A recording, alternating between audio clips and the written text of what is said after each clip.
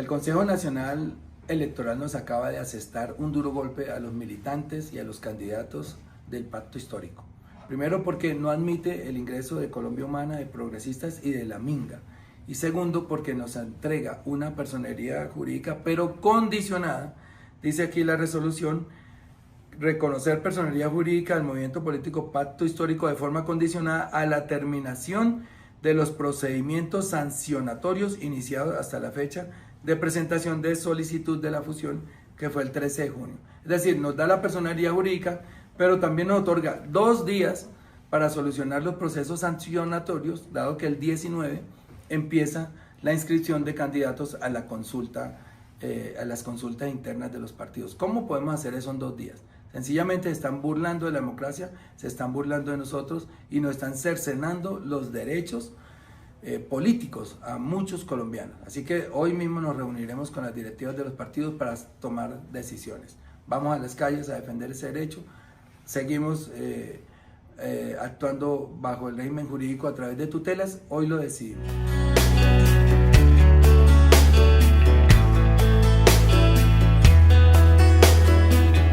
Saludos cordiales, jueves 18 de septiembre del 2025. Deseamos que tengan un fantástico y bendecido día. Hoy se están cumpliendo 1138 días del gobierno del cambio, del primer gobierno progresista perteneciente al pueblo colombiano, el primer gobierno que le ha dado vida a la Constitución de 1991. Les decimos bienvenidos una vez más aquí a Colombia con C y les damos las gracias eternas, totales, infinitas a todos ustedes por su impresionante apoyo.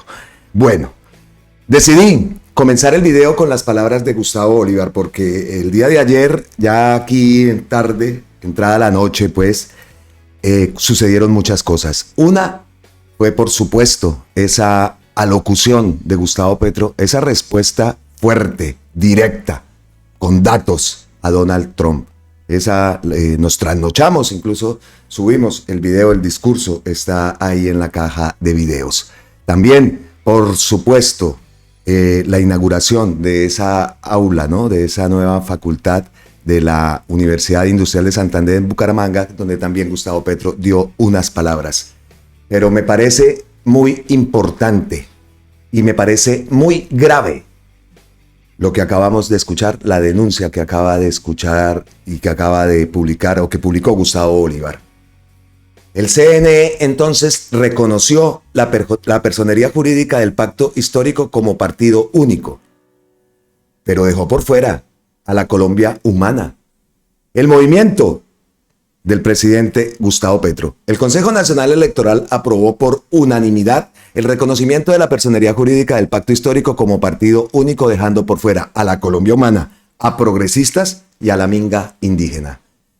En cambio, los movimientos que sí se unifican bajo esta figura son la Unión Patriótica, el Polo Democrático y el Partido Comunista Colombiano. Con ponencia del magistrado Altus Baquero, la Sala Plena del Consejo Nacional Electoral aprobó por unanimidad la decisión. Según el informe de Baquero, Colombia Humana cuenta con 114.381 afiliados registrados. Para evaluar su ingreso formal al pacto histórico, se requería la participación de al menos 76.315 militantes, equivalentes a las 2/3 partes de su padrón. No obstante, en la asamblea solo acudieron 1.280, lo que invalidó el procedimiento.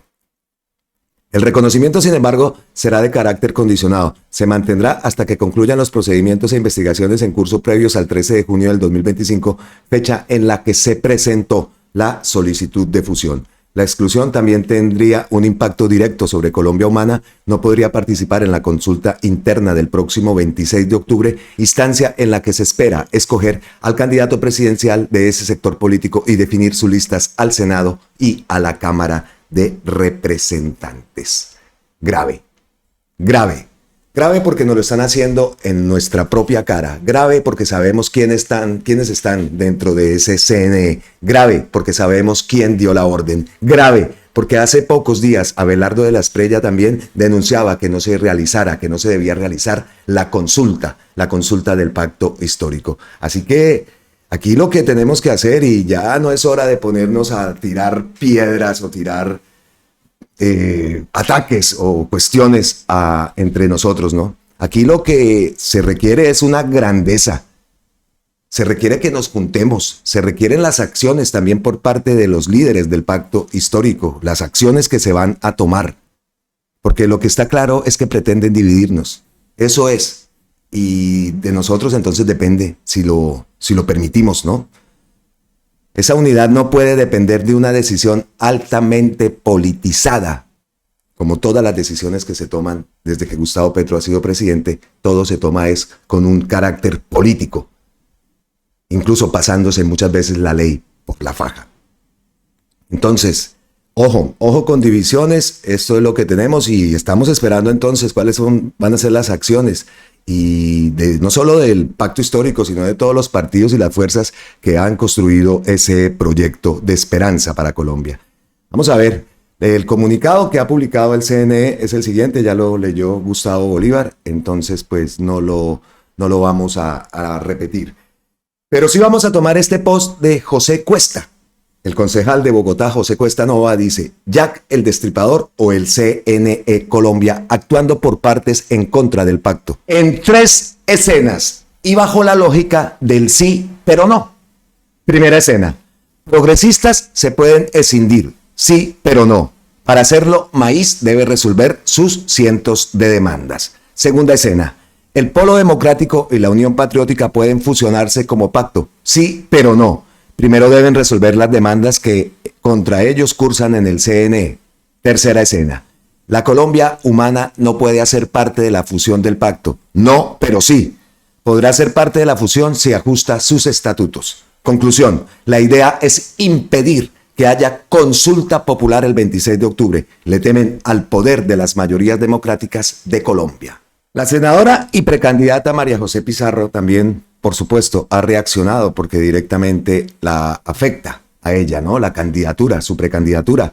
Están buscando impedir mi candidatura presidencial y proscribirme políticamente. Con la decisión del CNE queda claro que existe un cónclave con intereses oscuros detrás de mi aspiración y de la unidad del pacto histórico. No quieren tampoco que haya consulta de nuestro movimiento en octubre. Acudiremos a todas las instancias legales, somos la fuerza política más importante del país. Vamos adelante. Y la decisión es impedir que yo pueda ser candidata presidencial por el pacto histórico. Es decir, me quieren excluir de la contienda presidencial y eso lo digo aquí con todas las letras. En segundo lugar, pues por supuesto hay una intención gravísima antidemocrática para dividir a las fuerzas políticas del pacto histórico. Nosotros vamos a recurrir a todas las herramientas jurídicas nacionales, internacionales, para evitar que se divida la intención de que la fuerza política más grande de este país pueda participar en igualdad en la próxima contienda electoral del 2026. No quieren que ganemos la presidencia, pero nosotros vamos a luchar con todas las herramientas jurídicas para lograr esta segunda etapa de un gobierno progresista. Pues lo que queda absolutamente clave es que ese cónclave que yo he venido denunciando decidió que no iban a permitir las consultas del pacto histórico. Nosotros hemos presentado unas tutelas que ha aceptado el Tribunal Superior de Bogotá que deben responderse en los próximos días y ahí veremos entonces cuál es el camino que define la justicia. Pero lo que tiene que quedar absolutamente claro es que hay una ruta, una decisión para impedir que yo pueda participar junto con las otras candidaturas del pacto histórico. A mí me están excluyendo como mujer y como dirigente política de la consulta presidencial y de la posibilidad de ser candidata presidencial de la izquierda.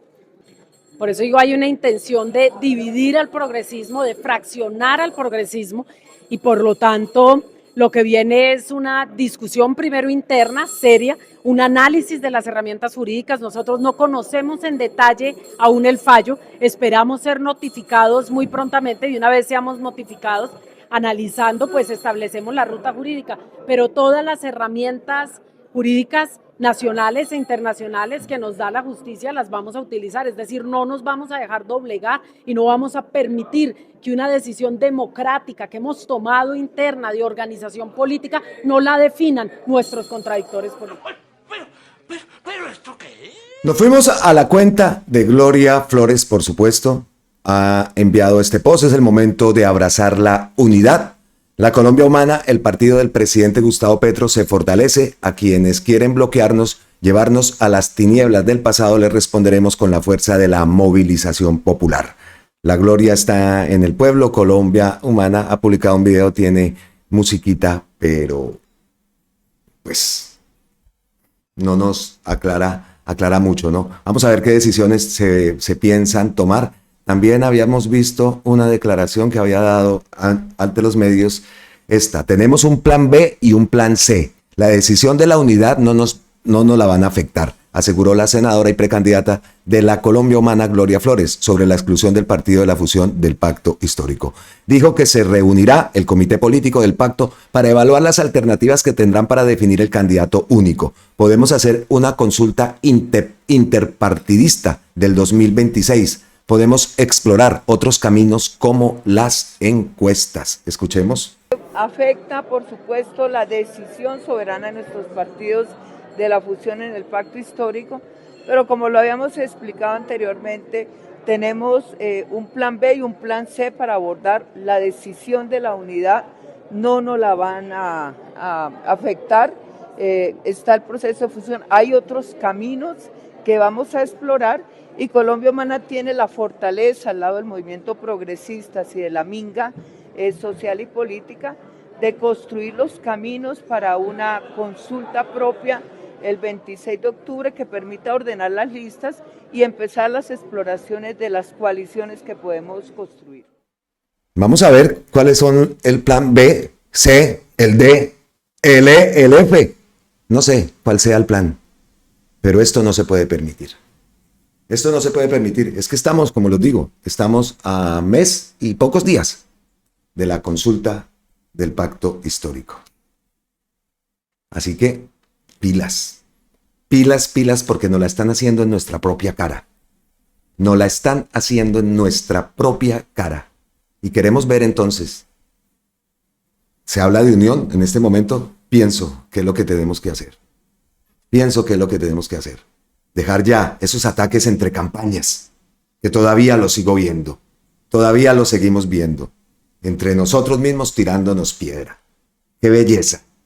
Y todo por la pancarta, sí, la pancarta, porque uno de los ataques que se está presentando, ese enfrentamiento entre campaña de Cepeda y la campaña de Carolina Corcho, es por una pancarta que vaya Dios a saber quién la puso. Y que lo pueden hacer, cualquier persona lo puede hacer, incluso de derecha.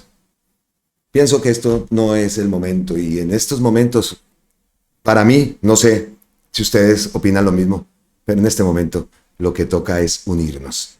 Que sabemos que van a hacer lo que sea, que sabemos que lo van a hacer, y que sabemos que obviamente nos quieren dividir, y que sabemos también que nosotros no lo vamos a permitir. Sabemos también que el número de votos que necesitamos para poder continuar con nuestro sueño progresista no son 11 millones, no, necesitamos por lo menos 15, 16 millones de votos.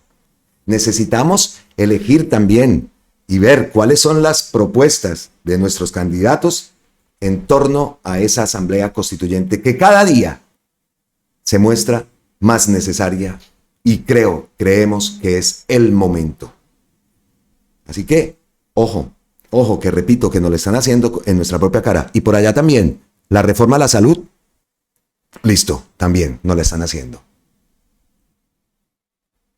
Ojo, nos fuimos para la cuenta del senador Iván Cepeda, senador y precandidato. ¿Qué dice? Nuestra unidad.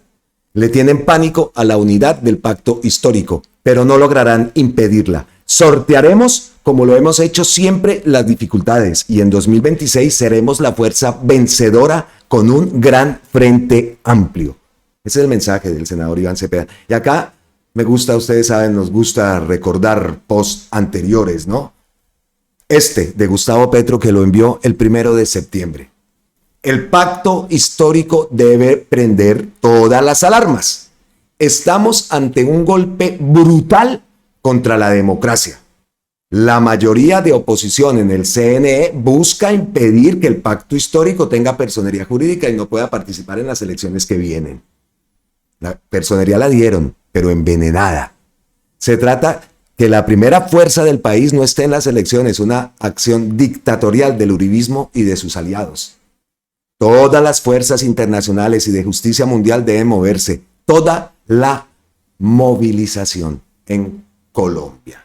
Eso, repetimos, lo envía Gustavo Petro el 1 de septiembre de este año. Y en medio de todo lo que está ocurriendo, también hablamos de la reforma a la salud, que también en nuestra carita nos la están tumbando. Eso era anunciado. Eso es algo que no podíamos ser optimistas, a pesar de las palabras del presidente de esa comisión séptima, ¿no? El senador Pinto. ¿Qué están haciendo? Pues vámonos para la cuenta de Armando Benedetti. En la comisión séptima hundieron burdamente y de forma rápida la reforma laboral sin permitir su discusión. Eso lo recordamos. Ahora, nuevamente, quieren hundir la reforma a la salud burdamente al estar dilatando y dilatando el debate. Con la laboral fue rápido y con la de la salud es lento, pero igual no deja de ser burdo. Antes no querían que la clase trabajadora tuviera un empleo digno y ahora no quieren que haya una salud digna para los colombianos. Entonces, ¿quién los eligió? Es que entre todas esas leguleyadas, esas jugadas, la última fue que pidieron más prórroga. Más de 5 meses tienen el proyecto y no presentan ninguna ponencia. Las senadoras Norma Hurtado del partido de la U, Esperanza Andrade del Partido Conservador, Ana Paola Agudelo del Partido Mira y Lorena Ríos Colombia Justa Libres solicitaron a la mesa directiva de la Comisión Séptima del Senado concederles una prórroga en la fecha límite para presentar la respectiva ponencia de la reforma a la salud, retrasando la citación al debate y votación del proyecto. Los mismos partidos que también firmaron esa carta, arrodillados al gobierno de los Estados Unidos. Los mismos partidos que nos han saboteado todo. Los mismos partidos que dependen, que por esos partidos depende el futuro de nuestras reformas, de lo que nosotros elegimos. Y no lo hacen en nuestra propia carita. 55-86, no, 65-100, y si se puede más. Eso no puede fallar en estas elecciones. Que todo esto nos sirva para salir, no a votar emberracados, a votar con ilusión, con esperanza, pero con fuerza de hacernos sentir. De ponernos en la tarea, cada uno de buscar 1, 2, 3 votos. Los que más se puedan. Porque repetimos, la cifra tiene que ser más de 15 millones. Y lo podemos hacer, lo podemos conseguir. Habíamos hablado de una consulta popular y que la meta era más o menos ese número, 15. Nosotros decimos acá 16 porque nos van a robar también una cantidad de votos. Increíble. Así nos toca. Esas son las garantías que tenemos. Vean todos los movimientos, las garantías que tenemos en las elecciones. Esas son. Y manejado ese CNE por todo el uribismo, en pleno. Entonces, ahora la prórroga. Colombia necesita con urgencia un nuevo sistema de salud y las senadoras más preocupadas por salir a atacar el gobierno en vez de trabajar para presentar la ponencia en los términos que dicta la ley, saboteo a la reforma a la salud, así pretendieron con la reforma pensional que con dilaciones se hundiera por tiempo. Esa es la jugada. Esa es la estrategia. Repetimos, no la hacen en nuestra propia carita. Alirio Barrera ha radicado ponencia negativa a la reforma a la salud. Este Alirio Barrera, que lo hemos visto muy alborotado a través de redes sociales y colocando demandas y que va a tumbar la ley de no más ole, la ley del maltrato animal. Ese mismo es el que está radicando esa ponencia negativa a la reforma a la salud. Gustavo Petro le contesta y le dice, sin reforma a la salud, las EPS como aseguradoras financieras están obligadas a presentar reservas técnicas y como ya se las gastaron, pues están es para liquidar. Esa fue la respuesta que le dio Gustavo Petro a Alirio Barrera. ¿Qué más tenemos acá? Como muchos lo esperábamos, el Centro Democrático sigue jugándose contra las reformas sociales, partidos que más parecen instrumentos de la condenada ASEMI, gremio de corruptas EPS, que se han caramelizado y manejado billones hoy absolutamente y totalmente perdidos. Es un post que envía el senador Wilson Arias. Aquí tenemos una pildorita para la memoria, ya la habíamos publicado en videos anteriores, pero viene bien recordar esto. Cada día las largas colas, los atiborrados servicios de urgencias, las citas para dentro de meses. El Congreso entendió la gravedad de la situación y obró con responsabilidad y patriotismo. Dejar que la salud de los colombianos sea, diría yo, devorada ni por la corrupción ni por la ineficiencia. El Seguro Social ha recibido cuentas en las que se cobra una ambulancia para ir del primer piso al tercer piso del mismo edificio. Cuenta de cobro por cesáreas realizadas en pacientes de sexo masculino. El presidente Uribe respondió críticas de médicos y pacientes. Usted tiene la preocupación de van a alcanzar los recursos. Yo también. Hemos hecho el mayor esfuerzo. Las EPS gastaron en el 2009 1.030.113 millones de pesos adicionales a los del 2008. Lo grave es que no presentan justificación alguna. Nosotros recibimos un sistema totalmente quebrado, un sistema que estaba a punto de colapsar. Recuerden que se había decretado una emergencia económica y social precisamente porque el sistema estaba colapsando, emergencia que tumbó la Corte Constitucional. El funcionamiento de las EPS ha sido catastrófico. Esas EPS que se aprobaron con la ley 100 desaparecen y se convierten en simples gestoras. Muy buena disposición que siempre ha tenido el Congreso y sobre todo estas comisiones séptimas de Senado y Cámara. Se lo habían robado los paramilitares durante mucho tiempo en las regiones. Que venga alguien aquí y nos solucione el problema. Se robaron Saludco, se robaron Capricorn. El año 2018 empieza con un déficit de 8 millones de pesos para la salud. Cerrar las malas EPS y cerrar las clínicas de garaje. Publicar los contratos sobre medicamentos para corregir los problemas que afectan a la salud. Donde muchas EPS se están abusando. ¿Y abusan por qué? Porque se les paga por el número de afiliados a través de una figura que se llama la unidad de pago por capitación. Una ley de punto final con las deudas en el sistema. Lo matriz que quieren meterle al pueblo colombiano es que el sistema de salud de Colombia es muy bueno, que llegó el presidente Petro y ordenó cambiar. Ese video es impresionante. Y la culpa es de este gobierno que llegó a tratar de solucionar ese problema. Digo tratar porque vemos todos los impedimentos y todo lo que ha ocurrido y vemos todavía dónde está nuestra reforma a la salud. Llevamos 1.138 días del gobierno. Entonces ese video, esas pildoritas para la memoria nos sirven para la siguiente noticia porque siguen apareciendo torcidos y torcidos y torcidos. Vimos eso que dijo Pastrana, que habían cobrado una ambulancia para subir de un séptimo a un octavo piso, ¿no? Hemos visto también cuántos paseos en ambulancia a una misma persona, muertos que siguen recibiendo atención médica. Así ha sido.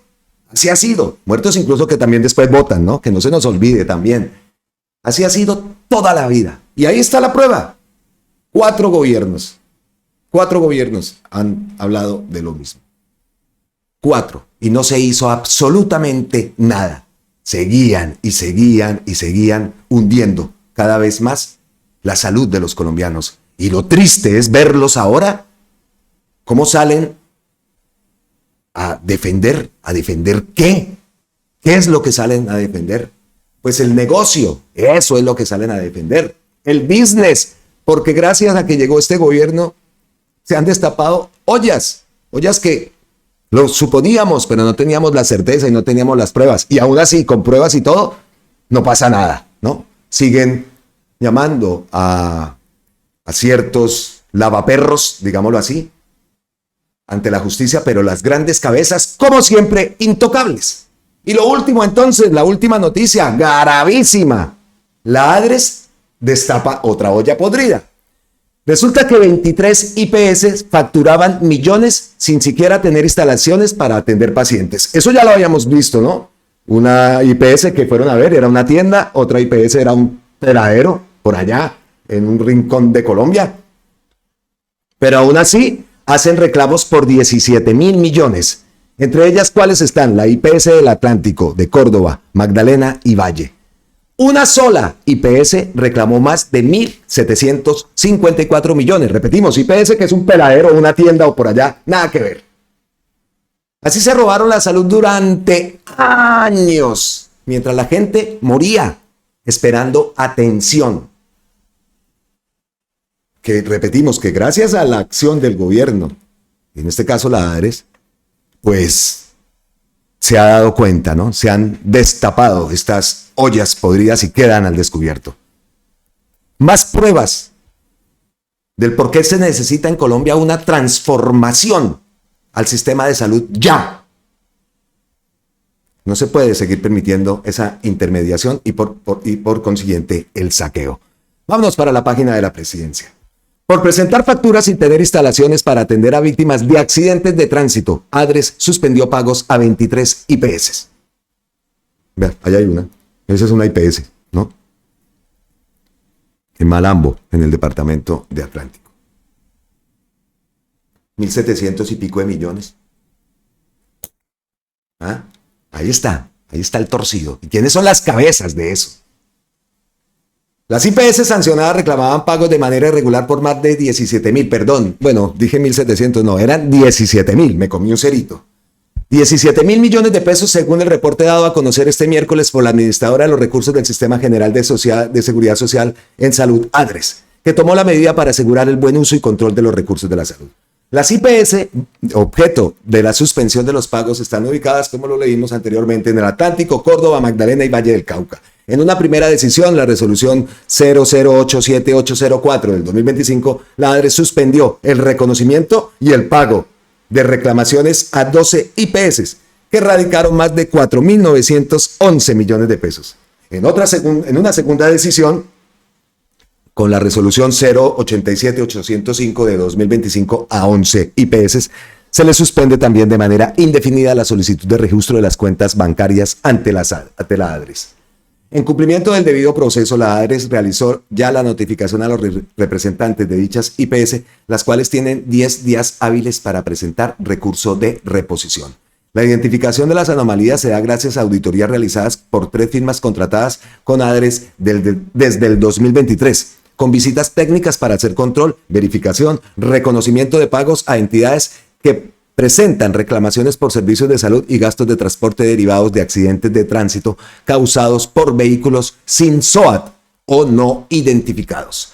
En el 2024, la ADRES también adoptó medidas administrativas para suspender los pagos a otras 52 IPS que han radicado cuentas por más de 70.000 millones de pesos. Ante la gravedad de los hechos hallados, la entidad puso en conocimiento de la Fiscalía General de la Nación para que se adelanten las investigaciones por el delito de fraude o intento de fraude. Las IPS, objeto de la medida de la ADRES, son Asclep Salud, IPS SAS Atlántico, Clínica San Rafael Limitada en el departamento de Atlántico, IPS Villa Estadio SAS Atlántico, Nova Salud Integral IPS Atlántico, Rehabilitar de la Costa, también en el Atlántico, Centro Integral de Salud San Gabriel IPS SAS Magdalena, Ambulancias y Salud y Vida RC SAS Valle del Cauca, Asociación de Emergencias Médicas SAS del Valle, Equipo Prehospitalario de Cali EPS SAS Valle, Grupo Ambulancias J1 SAS del Valle, Medic Servicio Médico en Casa SAS Valle del Cauca, Ortopedic SAS Valle del Cauca, Clínica Moscati SAS Atlántico, IPS Alma Salud Mía Atlántico, IPS Solo Salud y SAS Atlántico, Global Médica SAS Atlántico, Salud Integral Preventiva, Ave María, que listica, Atlántico, IPS Centro Clínico para la Atención Integral SAS Atlántico, IPS Jasa Médica Atlántico, IPS Centro de Rehabilitación Arcángeles SAS en Córdoba, Centro Médico Torre Salud, IPS Córdoba, Famica Magdalena, Salud Vida Magdalena. Esta información es suministrada por la página de la Presidencia de la República e información de la Administración de Recursos, en fin, de la ADRES. ¿Qué más tenemos? Acá dice la ADRES, vea. 23 instituciones prestadoras de salud IPS de los departamentos de Atlántico, Córdoba, Magdalena y Valle del Cauca radicaron reclamaciones ante la entidad por más de 17.000 millones por atención a víctimas de accidentes de tránsito. Sin embargo, al verificar en auditorías las direcciones físicas inscritas en el registro especial, no encontramos su infraestructura. Véala. ¿Ah? Vea, otro. Ahí. Aquí es. Un peladero. Eso es en Cali. ¿Eh?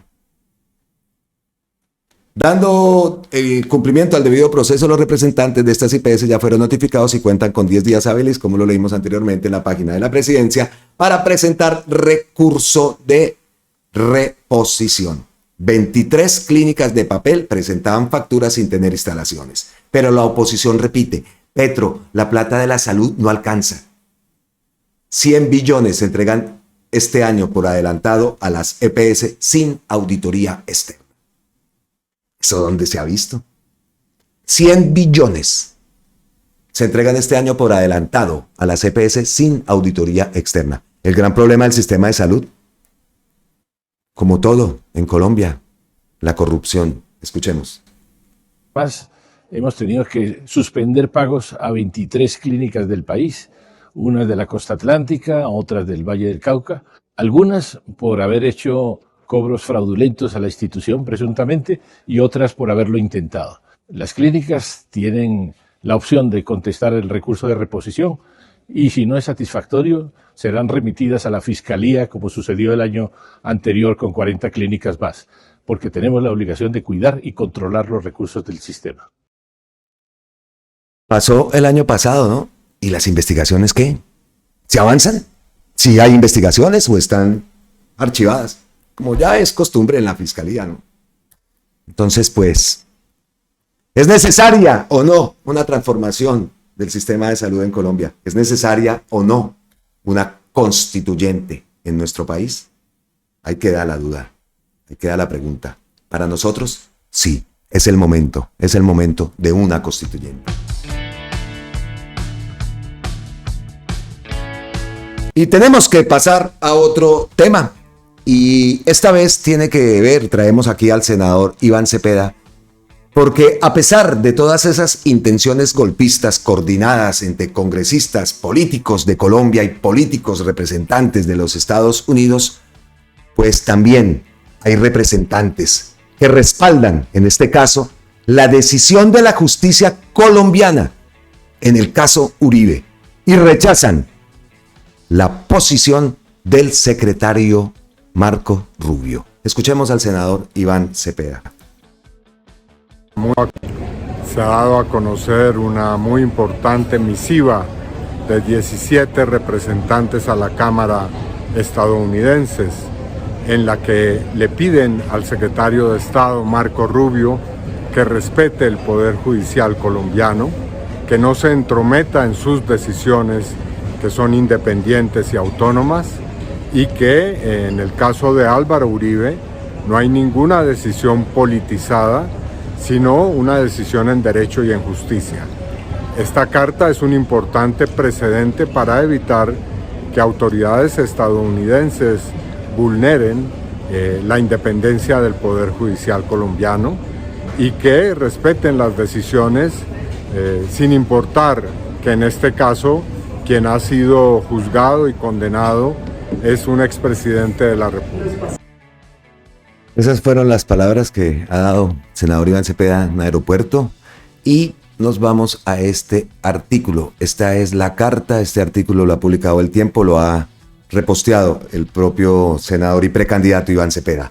La carta que congresistas, exclusivo dice El Tiempo, la carta que congresistas demócratas le enviaron a Marco Rubio rechazando sus declaraciones sobre la condena al expresidente Álvaro Uribe. Respaldaron la independencia judicial en Colombia y cuestionaron el impacto que las palabras de Rubio en la percepción internacional de los Estados Unidos. El Tiempo tuvo acceso a una exclusiva carta que un grupo de congresistas demócratas de los Estados Unidos envió al secretario de Estado Marco Rubio, en la que expresan su firme respaldo a la independencia judicial en Colombia y rechazan sus recientes declaraciones sobre el caso del expresidente Álvaro Uribe. En la misiva, firmada por más de 15 legisladores, los demócratas subrayan que el auténtico Estado de Derecho exige que ninguna persona, sin importar su estatus o posición en el gobierno, esté por encima de la ley. La carta fechada el 17 de septiembre del 2025, responde a un pronunciamiento que Rubio dio el 28 de julio, en el que sostuvo que Uribe era víctima de la instrumentalización del Poder Judicial por parte de jueces radicales. Liderada por el congresista Jake McGovern, presidente de la Comisión de Derechos Humanos de la Cámara de Representantes, la misiva cuenta con el respaldo de la congresista de Illinois, Delia Ramírez, así como de los legisladores Han Johnson, Alexandria Ocasio-Cortez y Nidia Velázquez, Jonathan Jackson, entre otros. Para los congresistas, tal afirmación constituye un desprecio por la independencia judicial, la soberanía y el Estado de Derecho en Colombia. Que el secretario de Estado de los Estados Unidos utilice su cargo para amplificar una narrativa falsa sobre el sistema judicial en Colombia no solo socava el respeto por el Estado de Derecho, sino que también disminuye la credibilidad de los Estados Unidos. Los legisladores resaltaron que el proceso contra Uribe, que concluyó con una condena a 12 años de arresto domiciliario por manipulación de testigos y fraude procesal, no fue producto de una persecución política. Cabe destacar que el caso aún está pendiente de resolución definitiva, aunque en un primer recurso permitió la libertad del expresidente Álvaro Uribe tras cuestionarse la decisión de la juez que le había dictado medida de aseguramiento. El proceso sigue su curso en instancias de apelación, donde se deberá determinar la validez de los argumentos de la defensa y de la fiscalía. También en esta misiva los congresistas enfatizaron que el caso se extendió durante 13 años, atravesó 3 gobiernos de distintos signos ideológicos y fue llevado adelante por fiscales designados bajo administraciones diversas. El proceso no es el resultado de la agenda política de una persona o partido, sino un reflejo de la imparcialidad de las instituciones judiciales en Colombia, también señala la carta. Los congresistas también cuestionaron el impacto que las palabras de Rubio pueden tener sobre la percepción internacional de los Estados Unidos. Finalmente, los legisladores exhortan a Rubio a rectificar su posición y dejar en claro que la política exterior estadounidense no protege a figuras políticas señaladas por la justicia. Le solicitamos que cese los ataques contra la independencia del sistema judicial colombiano y que deje claro que la política de los Estados Unidos no exime a nadie, ni siquiera a los expresidentes del imperio de la ley, concluye la carta.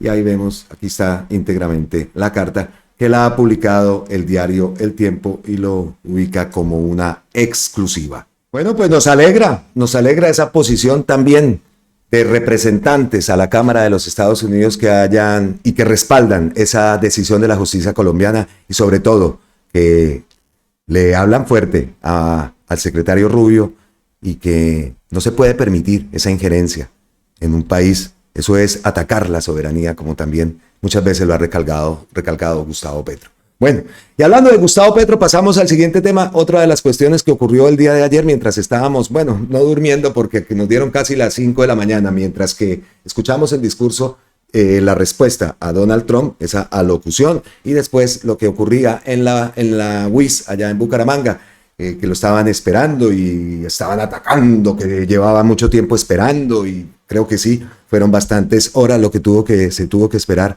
en Bucaramanga que llegara el presidente, pero también acuérdense, antes de, yo lo digo, muchos comentarios ahí, ¿no? Acuérdense que Gustavo Petro las horas, él no las da como tiene que ser. El presidente está amenazadísimo. Incluso también hemos visto cómo el senador Iván Cepeda, sabemos que tiene el discurso el sábado, pero no se sabe dónde está. Incluso había dicho, ahí lo vemos en un aeropuerto, había dicho que iba a estar por fuera del país, que a los colombianos en el exterior, así que no sabemos. Esos son temas de seguridad. Y aparte del tema de seguridad, volvemos al presidente, el tema de seguridad, vimos también que la alocución la grabó a pie de pista antes de volar a la ciudad de Bucaramanga. Eso también, pues ahí tardó su buen tiempo y por eso fue que se vio esa alocución, siendo las 7 de la noche en Colombia, pero la alocución había sido grabada de día. Ahí vimos todos el avión. Pero entonces nos vamos para la UIS, para Bucaramanga. ¿Para qué fue lo que ocurrió? Se inauguró el nuevo edificio del Instituto de Lenguas en la Universidad Industrial de Santander. Nos vamos para la página de Radio Nacional Colombia. El nuevo edificio del Instituto de Lenguas cuenta con 5 pisos y beneficiará a más de 2.600 estudiantes entre niños, jóvenes y adultos inscritos en los programas de idiomas. Ahí vemos imágenes, foto de la Universidad Industrial de Santander, un artículo de María Camila Bahamón. La Universidad Industrial de Santander ha inaugurado este miércoles 17 de septiembre el nuevo edificio que albergará las instalaciones del Instituto de Lenguas, un espacio diseñado para mejorar la enseñanza y el aprendizaje de idiomas en la región. La ceremonia de apertura contó con la presencia del presidente de Colombia, Gustavo Petro, quien destacó la importancia de este proyecto dentro del plan de internacionalización y fortalecimiento de la educación superior en el país. En el marco de la inauguración, el jefe de Estado destacó las cifras de educación de su gobierno y expresó que hemos llegado a 2,5 millones de estudiantes, la mayoría en educación superior. En ese sentido, expresó que esta es una cifra histórica con la que se pretende llegar a una sociedad intelectual. Pero entonces escuchemos. 1.5 billones de pesos, por primera vez explícitamente, se destinaron a infraestructuras como esta en el país. 1.5 no es mucho, pero es lo mismo que el país gastó en el programa Ser Pilo Paga. Y cuando vamos a las cifras que nos critican también, pues es válido que se critiquen porque hay que siempre estar atentos. Con 1.5 billones destinados a la educación superior, aumentamos 190,000 nuevos cupos. Con 1,5 billones dedicado a Ser Pilo Paga, solo entraron 15,000 estudiantes en universidades privadas. Entonces, de 15,000 a 190,000, ¿cuál es el mejor negocio para la sociedad colombiana? Pues que sus jóvenes de escasos recursos, ya no uno, sino por 1,10, logrando que sea ojalá la totalidad, puedan estudiar una educación superior. Y queda estos edificios e infraestructura, y habrá el momento que toque renovarlos alguna vez, delante, en propiedad del pueblo. En cambio, lo que mandamos a la universidad privada queda en propiedad de los dueños de esa universidad. Recurso público que queda en propiedad de ellos. Lo mismo que pasa con las EPS, que la gastan en su clínica, pues sí, muy bonita la clínica, pero es propiedad del dueño de la EPS, no del pueblo, y el recurso era del pueblo. O lo mismo que pasa con los fondos privados de pensiones, y hasta yo diría lo mismo que pasa con las carreteras, porque las carreteras se hacen con recurso público, pero el peaje ¿de quién es? No es del pueblo, etcétera. Entonces, esta inversión, pues creo que es la más rentable. Aquí estamos entregando esta sede universitaria con todas sus ventajas. Quienes ya hayan entrado verán la hermosura que es. Hemos educado maestros.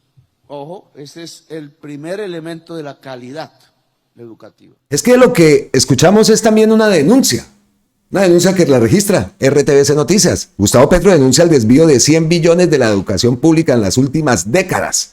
Más de 100 billones que debían fortalecer a la educación pública fueron desviados hacia universidades privadas en las últimas décadas. Denunció este miércoles el presidente Gustavo Petro durante la entrega del nuevo edificio del Instituto de Lenguas en Santander. Todo es así, entonces la plata se fue para los 4G, plata, en fin, pero no para la educación, priorizando entonces el negocio con el ICETEX.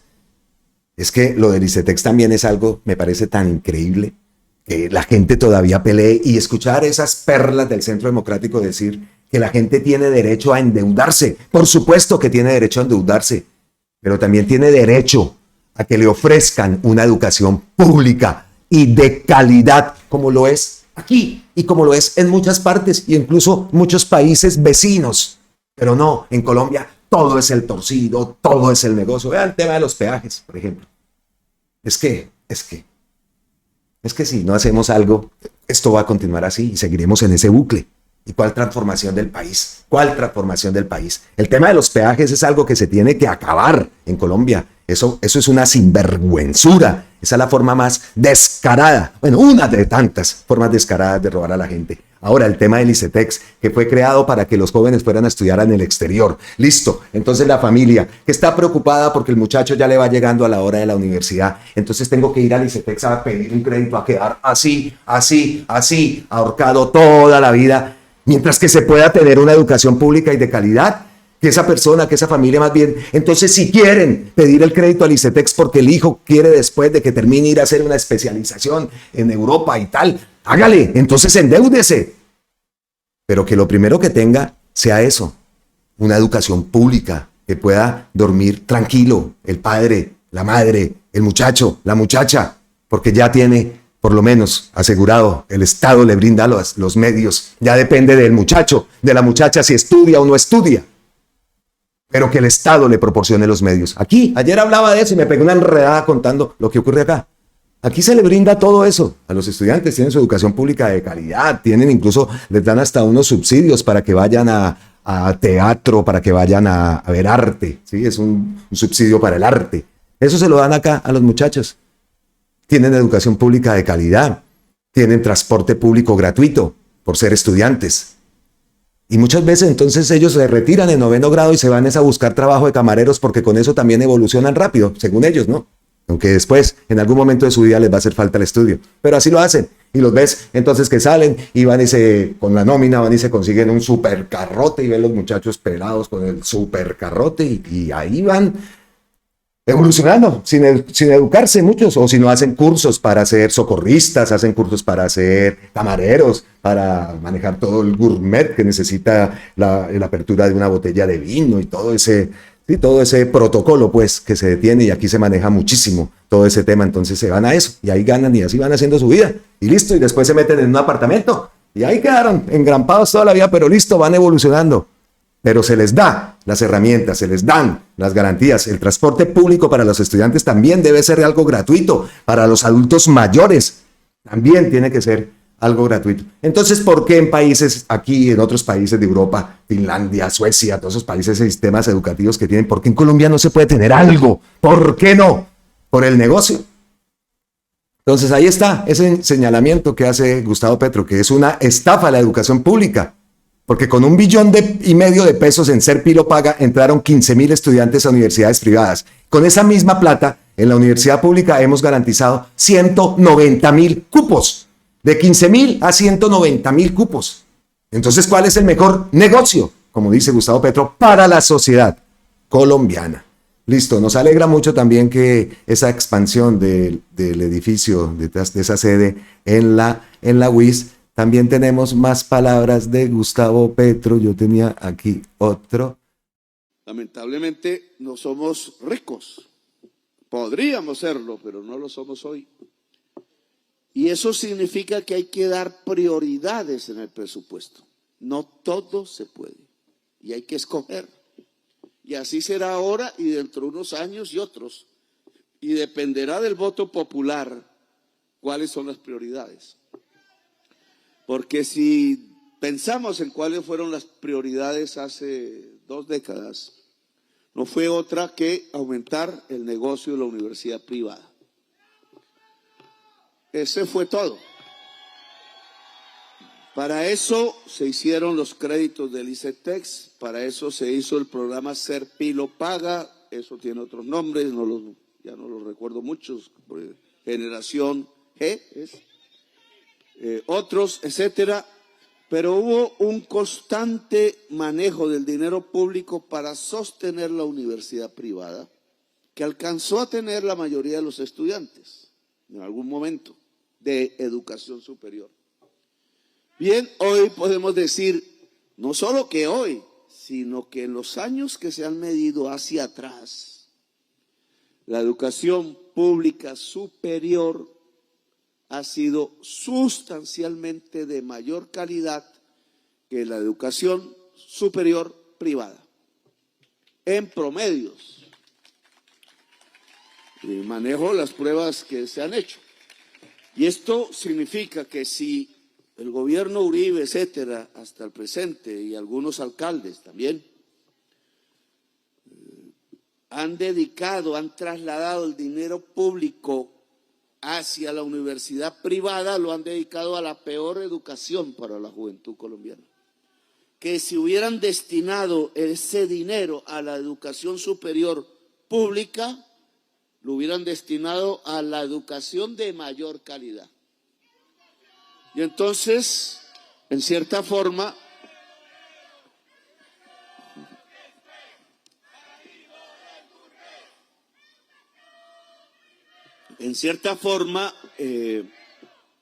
lo que han hecho es una estafa, así se llama.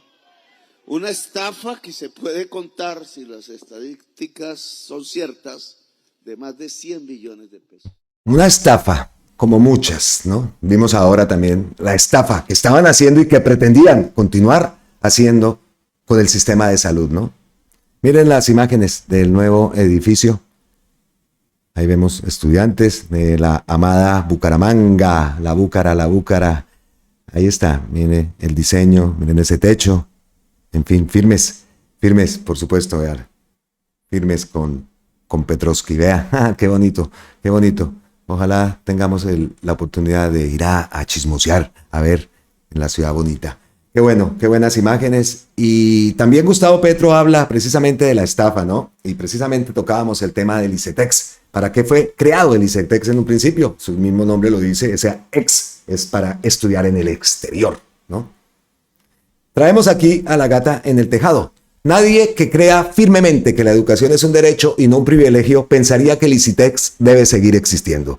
Pero como dice el ministro de Educación, se deben respetar los compromisos adquiridos de esa entidad con los jóvenes que aún tienen una idea, una deuda con este invento que desangra financieramente al Estado para favorecer privados y no a los jóvenes ni a la educación pública. Muy importante el punto que también toca la gata en el tejado. Por supuesto, esos estudiantes no se pueden dejar tirados. Nosotros votamos para la liquidación del ICETEX, pero no votamos para que los estudiantes quedaran tirados, los estudiantes que tienen esa deuda y que han decidido adquirir esa deuda, sea sus padres. Y bueno, eso no puede ocurrir. No se puede quedar ellos tirados, pero sí se habló y lo dijimos y lo escuchamos muchas veces. Recuerdo en esos conversatorios de los Gustavos. Ahí se habló muchas veces del ICETEX. Lo tengo aquí en la mente. Entonces escuchemos esto que ha publicado precisamente y es una intervención de el ministro de Educación con Juan Diego Alvira. Escuchemos. Del debate y la discusión. A la almendra, diría. El tema de los jóvenes del ICETEX. Pues porque realmente lo que se critica es que este gobierno pues quiere acabar con el ICETEX y que no le gusta el ICETEX y que pues le ha quitado los subsidios, el presupuesto y esto ha repercutido en aumento de los pagos de las cuotas de los créditos del ICETEX, que si bien es cierto, pues antes no funcionaba el ICETEX así, hoy funciona así y muchos jóvenes han logrado estudiar gracias al ICETEX y ser profesionales hoy por hoy. ¿El gobierno va o no a acabar con el ICETEX? ¿Ese es el deseo? Mire, Juan, vamos a hablar sin carreta. Como sin carreta, sí. La verdad es que a nosotros no nos gusta que el derecho a la educación superior sea tramitado a partir de la intermediación financiera, sometiendo a la juventud a que tenga que endeudarse para entrar a la educación superior. Eso no nos gusta. Nos gusta más que la gente entre totalmente gratis a la educación superior pública y se le garantice el derecho. Pero somos conscientes de que estamos todavía muy lejos de que la educación, el sistema mixto entre universidades públicas y privadas absorba el 100% de estudiantes. Y sabemos que hay estudiantes que entonces tienen una opción que es solicitar este tipo de créditos. Pero lo que evidencian las cifras a corte 2024 es que estamos aumentando cobertura y el número de estudiantes en la educación superior, tanto en públicas como en privadas, haciendo un esfuerzo presupuestal fuerte para aumentar la base presupuestal de las instituciones de educación superior públicas. Eso lo demuestran las cifras. Sin embargo, hay algo en lo que usted recalca y en lo que estamos muy de acuerdo. Hay unos jóvenes con unos derechos adquiridos y con unas deudas ya establecidas, que deben amortizarse de tal forma que no afecten la vida propia y las de sus familias. Eso nos ha dicho el señor presidente del ICETEX, cuesta 1,4 billones de pesos. Esos 1,4 billones de pesos, el Ministerio de Educación Nacional, y tengo los comprobantes y se los hago llegar, se lo ha solicitado al Ministerio de Hacienda para que se integren en el presupuesto general de la Nación. Perfecto. El proyecto de ley de presupuesto pone 500.000 millones de pesos. Hay una opción. Es decir, hace falta 550.000 millones es lo que pone. Hace falta unos 880.000 millones de pesos para ser más exactos. Sí, ministro. Nosotros tenemos que es la Carta 1, la denominada Carta 1, para hacer modificaciones. ya radicamos la carta a uno del Ministerio de Hacienda para que pongan esos 880.000 millones de pesos y le solicitamos al Congreso de la República que en el marco de las discusiones de la ley de presupuesto, pues entonces aprueben. Es que vea cómo son las cosas. Los mismos que están armando la laraca por los subsidios del ICETEX, que como lo dice el ministro, y se hace la pregunta, los muchachos que adquirieron, las familias que adquirieron esos créditos, pues no se pueden dejar tirados. No se pueden dejar tirados. Pero lo irónico de todo esto es que hablan entonces de los subsidios y que la plata para que estos muchachos, estos estudiantes no queden tirados y puedan continuar con sus proyectos de vida. Esos mismos que critican esto y que están atacando al gobierno por el tema del ICETEX son los mismos que votan para hundir la ley de financiamiento, para hundir el presupuesto. Es así. Y eso lo escuchamos en la parte final de esa entrevista que le hace Alvira, ¿no? Juan Diego Alvira es que se llama, bueno, en la W. Lo escuchamos al final. Entonces, ¿a qué jugamos? ¿A qué jugamos con esta oposición? Increíble. ¿Qué más tenemos? Cerramos esta intervención de Gustavo Petro, importante en la ciudad de Bucaramanga, con estas palabras, y ya entramos después de esto a las ñapitas. Nosotros somos una sociedad campesina, hay que llevarle al campesinado no el glifosato, sino los conocimientos para producir más comida. Y hay que lograr que hagamos más reforma agraria para que el campesinado pueda lograr que sus hijos e hijas puedan venir a una universidad de estas.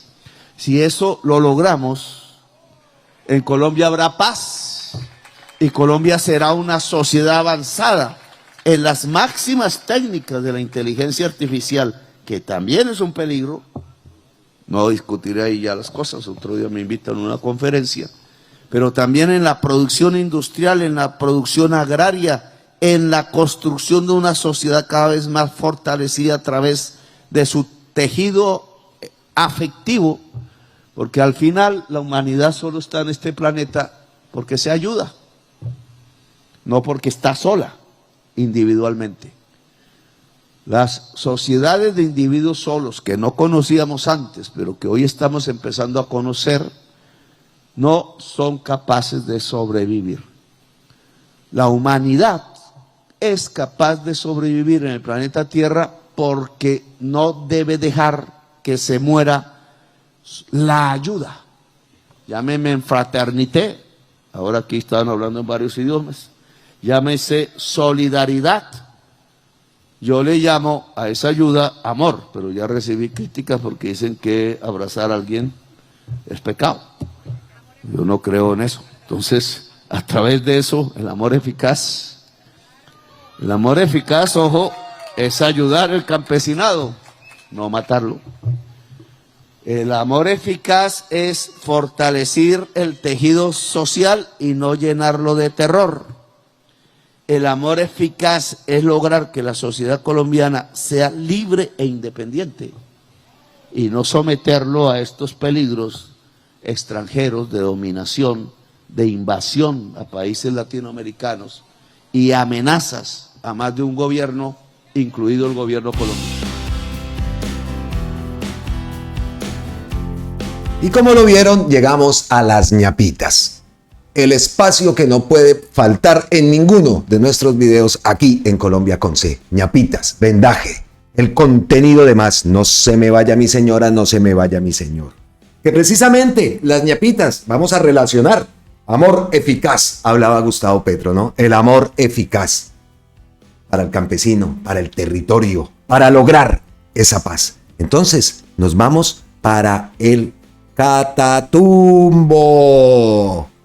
El ministro Antonio Sanguino, y aquí estamos viendo pelotas, balones, junto a la ministra de Deporte. Dios mío, deporte, por fin. Todo lo que decía Gustavo Petro de la educación, la paz, ahí también tiene que estar el deporte. Y eso también debe ser, nosotros exigimos desde aquí, que tiene que ser una prioridad. Darle esa oportunidad también a la juventud que no quiere de pronto estudiar, que no le gusta. y que tienen unos talentos impresionantes para la práctica de un deporte, que sus sueños son llegar a ser deportistas de élite. ¿Por qué no? ¿Por qué otros países sí? ¿Y por qué en Colombia no? ¿Por qué no se puede dar un apoyo del Estado como debe ser? No solamente con clases de educación física, como debe ser. Escenarios deportivos, escenarios de alto rendimiento, psicología deportiva aplicada, montones de psicólogos, estudiantes que estudian psicología y que puedan especializarse en la psicología deportiva. Es la base para también un gran rendimiento en estos deportistas. Muchas veces los vemos, la cabecita, es lo que pasa también en Colombia. El tirar para adelante, el tirar para sacar la casa de la familia, para sacar a la familia de la pobreza. No se trabaja en equipo como debe ser. Por acá los ve uno, jugadores de fútbol, donde sí les toca cumplir planteamientos tácticos, suba, baje. Ayer vimos a Luis Díaz, suba, baje, por allá, por acá, todos. Pero llegan a las elecciones, bueno, listo, independientemente de eso. Psicología deportiva, el deporte también como la base de una sociedad en paz. Entonces, ya que vemos ahí balones, junto a la ministra del Deporte, Patricia Duque, y el gobernador de Norte de Santander, hoy hacemos entrega de implementos deportivos para municipios priorizados del Catatumbo. La juventud merece oportunidades, inclusión y escenarios de paz, que pueden ser esos escenarios deportivos. Ahí vemos esa entrega de material deportivo. Bien, pero falta más. Aquí vemos unos conos, en fin, falta más, pero bueno, es un avance. Aquí vemos unas raquetas de ping-pong, ¿no? A mí me encanta y sé jugar muy bien ping-pong. Vea la mesa de ping-pong aquí. Bien. Eso nos gusta y por supuesto que aquí lo vamos a mostrar, a darle visibilidad. Y mire lo que siempre hablamos. Noticias como esta, 8, vamos a repostear, 23 corazoncitos, solamente tiene 478 visualizaciones.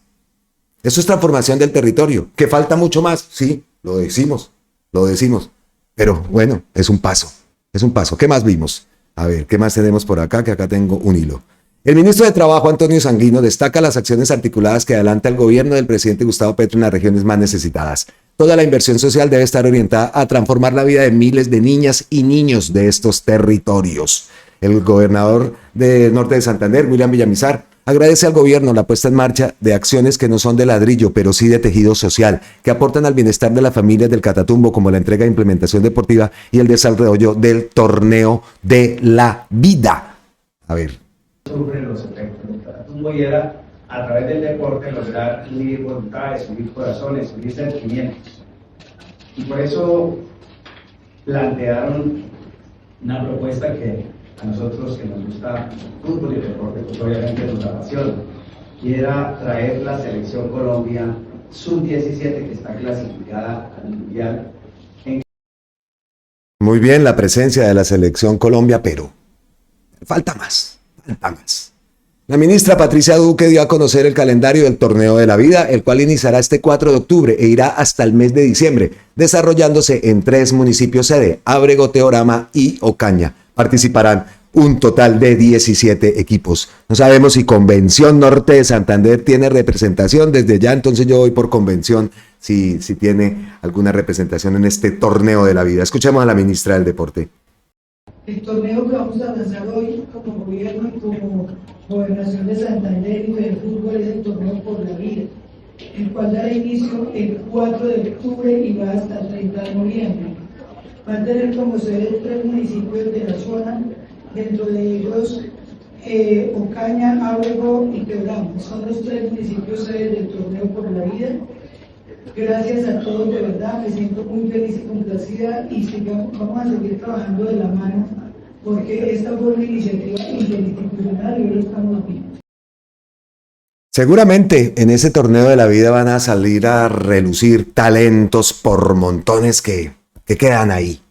Eso es lo que nosotros decimos. Talentos que hay, mucho talento. Para todo hay talento en Colombia y para el deporte muchísimo más. A mí me encantó la estadía que tuve en Cali, no en este viaje, sino yo viví 8 meses en Cali, precisamente pues con entrenamientos con mi hijo, y me encantaba Cali, que salía a cualquier esquina y veías una chica con un balón de voleibol, una chica con sus zapatillas de atletismo, allá ese en esas canchas panamericanas, todas las ligas que funcionan allá, la organización. A mí me gustó mucho el tema del deporte y precisamente en ese año que estuve hubo un campeonato mundial. Ahí también en las sedes vi un partido de hockey, precisamente en una sede que queda también ahí cerca a las piscinas en las canchas panamericanas en la ciudad de Cali. Ahora que estuve ahí me senté, me comí un cholado con todas las de la ley. Y una de las imágenes que yo coloco al principio del video, un atardecer que me cogió ahí en la maravillosa, hermosísima ciudad de Cali. Abrazotes también a Cali, que recibo muchos mensajes de esta ciudad hermosa, de verdad. Listo, ¿qué más dice? Más de 250 niños y niñas y jóvenes de 12 municipios de Norte de Santander y Cesar inician sus encuentros en las canchas para resignificar su tiempo libre, señaló la ministra Patricia Duque. Un hecho que ratifica el poder transformador que tiene el deporte. Volvamos a escuchar a la ministra. Para nosotros, para Antonio y para mí como ministros del gobierno del cambio, el gobierno del presidente Petro, es un honor de verdad poder estar haciendo realidad hoy una iniciativa que discutimos un par de minutos hace unos meses y hoy es una realidad. El torneo por el Catatumbo. Aquí estamos hoy de verdad con los 11 alcaldes de los municipios de Santander que conforman el Catatumbo y los de la zona del Cesar, con una gran ilusión. De verdad, Susana lo decía hace unos minutos, desde el corazón del Catatumbo nace una esperanza. Eso es lo que buscamos hoy. Presidente Jesús, gracias por darnos la oportunidad de tener hoy aquí a sub-17, brindando la alegría a toda esta región, a estos niños y niñas de esta zona tan importante para nosotros. Precisamente lo que hablamos, esa sub-17 seguramente inspirará a mucho niño y mucho niño quedará así. Yo quiero ser profesional. Y entonces, ¿qué hacemos ahí? ¿Qué hacemos con esos sueños de esos niños? ¿Qué hacemos con tanto talento? A mí, por ejemplo, me llama mucho la atención y siempre lo diré. Oiga, que Colombia no tenga ha tenido Alejandro Falla, Osorio, en fin, bueno, tenistas, pero el talento que hay en Colombia de tenis y nunca, por ahí hay ahora un chico que conocí con mi hijo, un chico de Tolima que jugaba, que vivía en Melgar y también jugaba mucho en Bogotá. También conozco Galán, también otro muchacho también que entrenó, incluso una vez tuvo un voleo con mi hijo allá en la ciudad de Bucaramanga, pero ese paso, ¿no? Siempre nos falta el centavito para el peso, como se dice, el centavito para el peso en muchas disciplinas. Y si se han logrado gestas, ha sido porque en un principio, como decía Juan Pablo Montoya, por ahí lo estuve escuchando, es que para llegar allá, aquí yo no tuve apoyo de nadie. Es una alegría para Colombia, pero que él la tuvo que guerrear y yo la historia de Juan Pablo Montoya también me la conozco. Para llegar allá, para llegar a ese test en Silverstone, donde cogió y mostró lo que era y le dio sopa y seco a varios de los grandes pilotos ese test fue el que le abrió la puerta, en definitiva, a la Fórmula 1. Pero él mismo lo decía, aquí apoyo nada. Yo conocí un caso allá en la ciudad de Cali, una medallista olímpica, que se iba caminando desde Jamundí, así empezaba, porque no había la plata. Y en otros casos también muchas familias, esas familias que los hermanos tenían que sacrificarse en muchas cosas que querían, unas zapatillas o algo, porque tocaba destinar el dinero para las zapatillas, para el implemento deportivo del chico que estaba destacando y que la familia estaba buscando la forma de cómo patrocinarlo y de cómo lograr que cumpliera su sueño. Esos casos hay por montones en Colombia y así llegaron. Y después, bueno, recibieron un apoyo porque esa cantidad de medallas que se ganaron en años anteriores, no recuerdo exactamente, pero esa cantidad, que fue un número impresionante de medallas, pues también después se vio que hubo intervención del Estado, que llevaron a esos deportistas a entrenar en países fuera, con entrenadores extranjeros, en fin, que hicieron esa formación. Yo lo que digo que falta mucha psicología en el deporte en Colombia y sobre todo también a nuestros deportistas. Bueno, ¿qué más? Sigamos. Hoy firmamos un compromiso histórico, la construcción de nuevas sedes del SENA Comunica, también allá en Ocaña y en Tibú. Más oportunidades de formación, más empleo digno y más futuro para la juventud del Catatumbo y Norte de Santander. Y ahí vemos otra imagen del ministro Sanguino en esta transformación, como lo dice Gustavo Petro, el amor eficaz para transformar los territorios y lograr esa paz. Así que el SENA Comunica abre sus puertas, ¿no? En Ocaña se levantará una sede del SENA en el sector algodonal, 3 hectáreas, centro de industria y desarrollo rural, 35.000 aprendices cada año, un paso firme hacia la transformación con educación y trabajo. Aquí vemos más imágenes. También en Tibú, corazón del Catatumbo, se construirá una nueva sede del SENA, 9 hectáreas, inversión superior a los 46.400 millones, 24.000 aprendices en 5 años, educación y dignidad para una región que merece paz y oportunidades. Y por supuesto, aquí nos alegramos mucho, conocedores del Catatumbo. Por eso mi madre era de Convención, mi abuelita era de Convención y yo amo Convención, Ocaña, Tibú, conozco toda esa zona.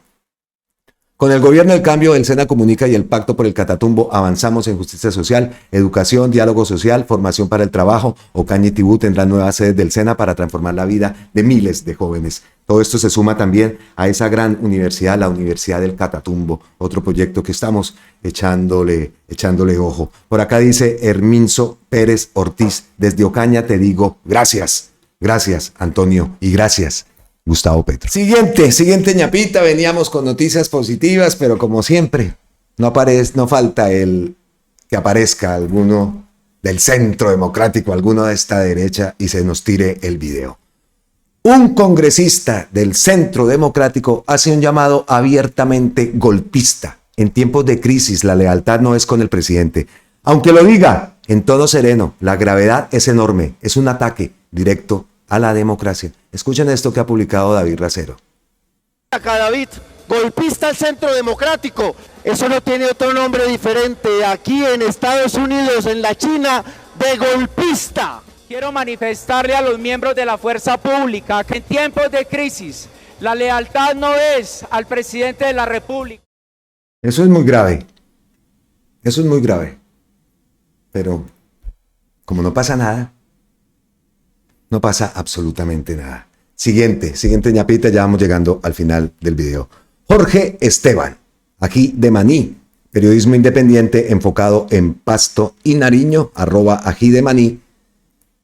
Le preguntó a Sergio Fajardo, ¿cuánto cuesta y quién financia a su nuevo asesor político Anthony Gutiérrez Rubi, quien según fuentes de La Silla Vacía podría cobrar alrededor de $100,000 al mes? Fajardo se alteró, desmintió la cifra y no quiso responder lo demás. ¿Podemos saber quiénes son esos aportantes? Por supuesto que no.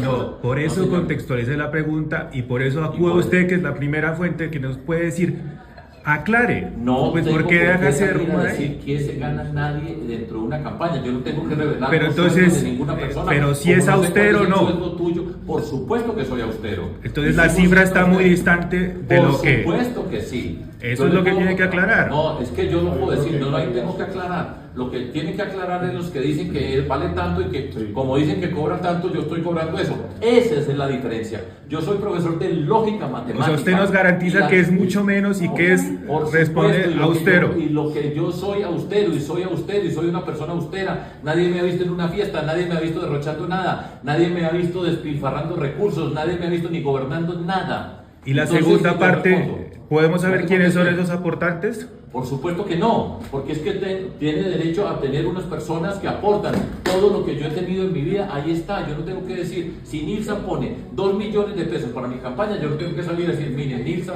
puso 2 millones de pesos para este trabajo que estamos haciendo, que es previo, que es legítimo, que se pueden recoger recursos, que algunas personas pueden aportar y decir, mire, yo puedo aportarle a usted para que trabaje y no tiene por qué decir mi nombre.